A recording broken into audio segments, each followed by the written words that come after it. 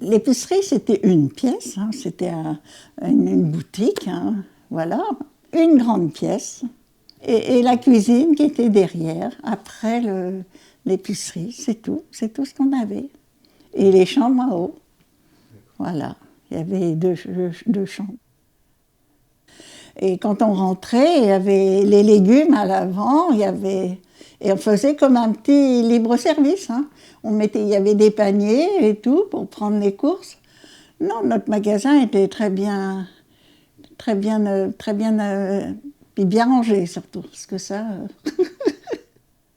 avec frigo pour les produits frais, congélateur pour le surgelé, et fruits aux légumes. Ben, les rayons, c'était des planches de chaque côté. Hein.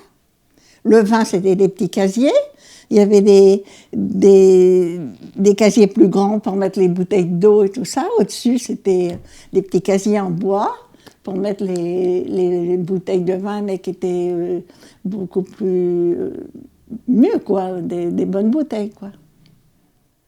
Parce qu'on vendait, on avait les vins Nicolas. Donc les vins Nicolas, on travaillait très bien avec les vins Nicolas. Mais nous, on avait une épicerie où c'était un peu, ben, on attirait un peu les gens, pas dire, mais plutôt les gens bourgeois. Parce qu'on avait beaucoup de clients le château de Pont-Saint-Pierre. Hein. Parce que c'était autre chose que maintenant. Hein. Le château, quand il y avait les courses et tout ça, ils nous achetaient des choses, franchement, pour nous, c'était intéressant. Aussi le château d'Amfreville-sous-les-Monts, aussi, Doré, monsieur et madame Doré. Et on a aussi comme clients, des clients qui venaient l'été ou le week-end. Le château des Hiboux, quand on va à Fontaine-Guérard, il y a le château des Hiboux, bon, c'était des clients. Après, c'est un gîte, là, c'était monsieur et madame Jean, Paul Jean. Donc, c'était l'usine Turquet. Donc, c'était aussi des clients. Ils se mettaient devant les légumes et choisissaient ce qu'elles voulaient. Voilà, les légumes, les fruits et tout. Les légumes, on pesait. Hein. On faisait un peu de tout. Hein. On avait une vieille balance. Bah, elle est même restée, comme j'ai été 20 ans bénévole au Resto du Cœur, qu'on pesait les pommes de terre et tout ça. Elle est restée à Romilly, à la balance. Mais après, on a eu des balances électroniques. Remarquez, des fois, c'était plus en panne que les vieilles balances. Hein. Les balances, fallait les faire contrôler. Tous les ans, on allait les faire contrôler. Ou 2 ans, je ne sais pas. Mais les balances électroniques, des fois, c'est pas... c'était fermé, c'était bien qu'il y ait s'enregistreuse. Mais après, bon, ça a été plus moderne, mais bon. Parce que là, finalement, ce que je vous dis, là, ça fait 30 ans quand même que j'ai vendu. Hein. Ah, mais c'était du travail, mais moi, j'aimais bien. Alors après, là, les successeurs, ça a été vendu plusieurs fois. Hein. Ça a été vendu...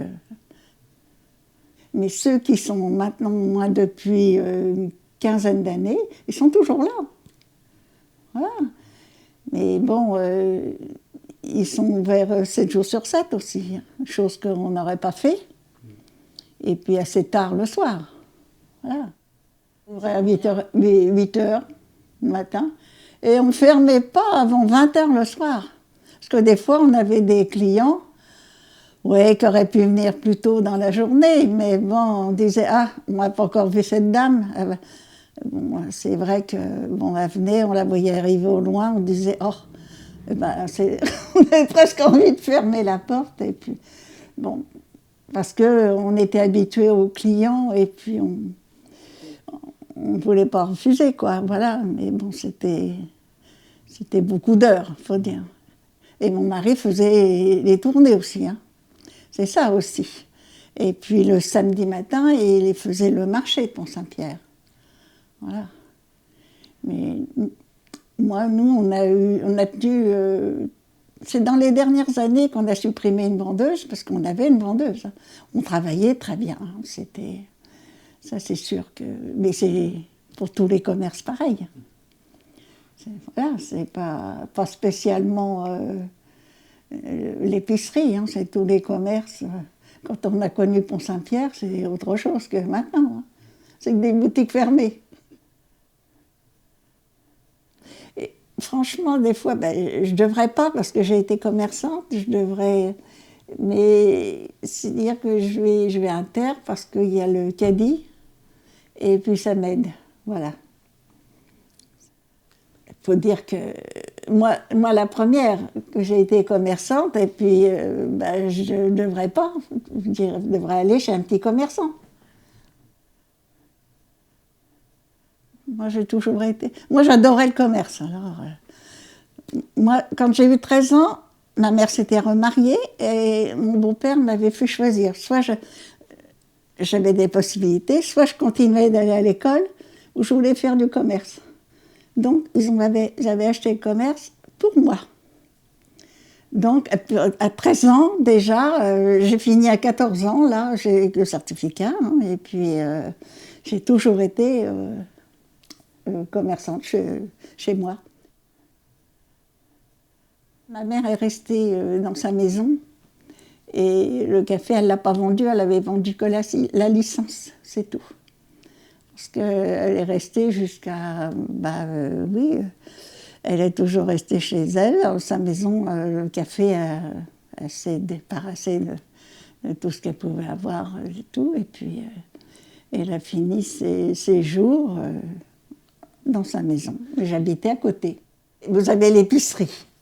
Et à côté, il y a une maison, maintenant il y a des volets blancs, des volets... et ben c'était là le café. Il y avait un grand bar. Mes parents, ils l'avaient... Ça, moi, le café, je l'ai pas... C'était mes parents. Hein. Un bar qu'ils avaient, je crois, acheté à Rouen, sûrement un café qui se débarrassait, un grand bar, avec les glaces derrière, tous les verres. Et puis, il y avait une petite salle où il y avait 4 tables, avec les chaises. Et puis, je crois que dans le bar, il y avait une petite table, juste pour 2 personnes, et à l'entrée aussi, avec une petite banquette. Et après, il y a une maison, on l'avait achetée. Donc, parce que nous, à l'épicerie, on n'avait pas beaucoup, on était 6 et on n'avait pas beaucoup de surface pour nous. Voilà. Après nous, qu'est-ce qu'il y avait? Oh, bah, il y avait une laverie, une blanchisserie. Janco, blanchisserie. Et après, il n'y avait plus de commerce. Hein. Après, c'est une maison, puis vous arrivez à Berthet. Il n'y avait plus de commerce après. Vous avez dû voir le réfectoire en face de l'usine. Il y avait un réfectoire de l'usine, Berthet. Ça doit être habité là maintenant. Mais le réfectoire, parce que les gens, ben, il y avait les gens qui venaient travailler, il y avait le réfectoire. On travaillait avec l'usine Berthet, bah oui, les ouvriers, bah oui. Oui, ça. Moi, je rencontre des gens dans Pont-Saint-Pierre qui ont mon âge. Hein, bon, bah, c'est sûr que je les ai connus travailler à l'usine. Hein. Vu le nombre d'années que j'ai passé là, mais c'était sympa. Bon, c'était l'époque où, franchement, je trouve qu'il y avait quand même un peu plus de sympathie entre les gens, je trouve.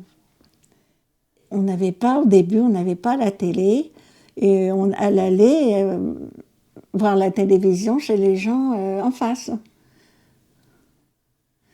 Mais tout ça, c'est certaines choses qui sont bien d'un autre côté. Mais la télé, franchement, nous, on ne l'a pas eu tout de suite. Pourquoi qu'on parlait plus aux voisins? Parce qu'il n'y avait pas... C'est ça, c'est...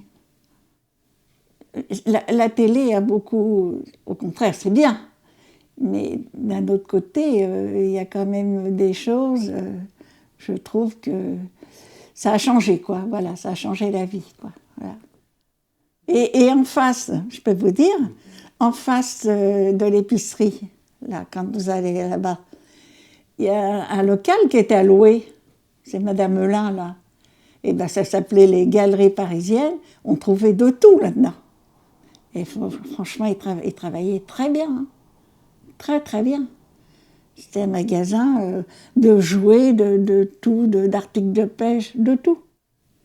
Et après, ben, ils n'ont pas trouvé à vendre. Hein. Parce que là, je pense que ça, c'est toujours à louer là, depuis des années. Ils n'ont même pas trouvé à louer. C'est dommage. C'est dommage. Mais est-ce que ça marcherait maintenant? Je suis pas sûre. Voilà. Hein. Parce qu'un commerce, il faut aussi qu'il y ait du monde. Hein. C'est pas, ah, et ici, c'est comme tous les cafés qu'il y avait, en partant déjà ben, des parents de Patrick, déjà. C'était un café chez eux. Bon, après, il y avait mes parents. Après, là, il y a la Société Générale qui vient de fermer, c'était un café. Avant, il y a une petite maison basse à côté de Berthet, là, en face. C'est une petite agence aussi. C'était un café, là. Après, il y a, c'est, dans Pont-Saint-Pierre, il y avait au moins 8 cafés. Et puis, ben, les gens travaillaient, hein. Voilà. C'était tout un changement de vie aussi. Voilà. Tout ça, ben, je pense que ça reviendra. Bon, hein, ça, c'est mal parti. Mais les cafés, c'était convivial. Hein. Mais moi, chez mes parents, le dimanche, les gens qui avaient du monde, on venait prendre l'apéritif au café. Mais après, bon, ça venait ainsi devenu aussi un peu plus cher. Mais le dimanche midi, franchement, il y avait du monde, des gens qui venaient prendre. Au lieu de prendre l'apéritif chez eux, maintenant c'est comme ça. Et là, c'était. On allait au café. Mais après, il y a ce que je disais tout à l'heure, il n'y a plus le contact qu'on avait. C'est dommage. C'est dommage. Moi, quand on a connu Pont-Saint-Pierre, c'était très commerçant, très commerçant. Toutes les boutiques qu'on peut voir dans Pont-Saint-Pierre qui sont fermées, c'était des commerces. À partir du garage Carmel, là, que des fois on voit des vitrines qui sont toutes. Le restaurant La Bonne Marmite qui est fermé, ça, ça enlève le cachet du village. Hein, voilà.